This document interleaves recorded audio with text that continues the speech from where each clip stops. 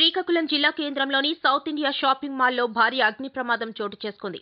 శ్రీకాకుళం జిల్లా విశాఖపట్నం నుంచి ఫైర్ ఇంజన్లతో మంటలు అదుపు చేసేందుకు ఫైర్ అధికారులు తీవ్రంగా కృషి చేస్తున్నారు.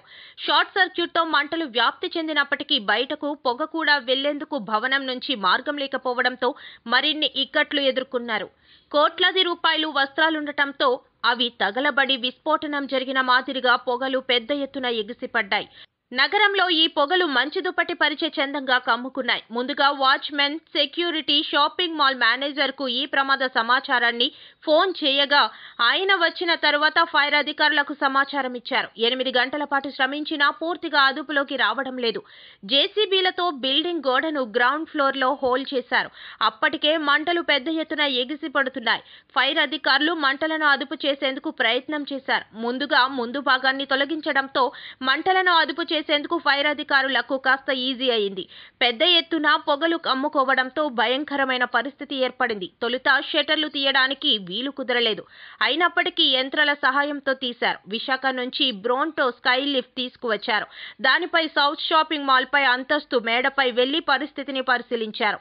పై అంతస్తుకు మంటలు కొంతమేర వ్యాప్తి చెందడాన్ని గుర్తించారు. భారీ ఎత్తున వస్త్రాలు, పట్టు దుస్తులుండటంతో షాపింగ్ మాల్లో పలు మంటలు పెద్ద ఎత్తున ఎగిసిపడ్డాయి. గతంలో ఎన్నడూ కూడా శ్రీకాకుళం జిల్లాలోనే ఇటు అగ్ని ప్రమాదం చోటు చేసుకోలేదు. ఫైర్ అధికారులు ఇంకా మంటలను అదుపు చేస్తూనే ఉన్నారు. పోలీసులు ట్రాఫిక్ సమస్య తలెత్తకుండా చూస్తున్నారు.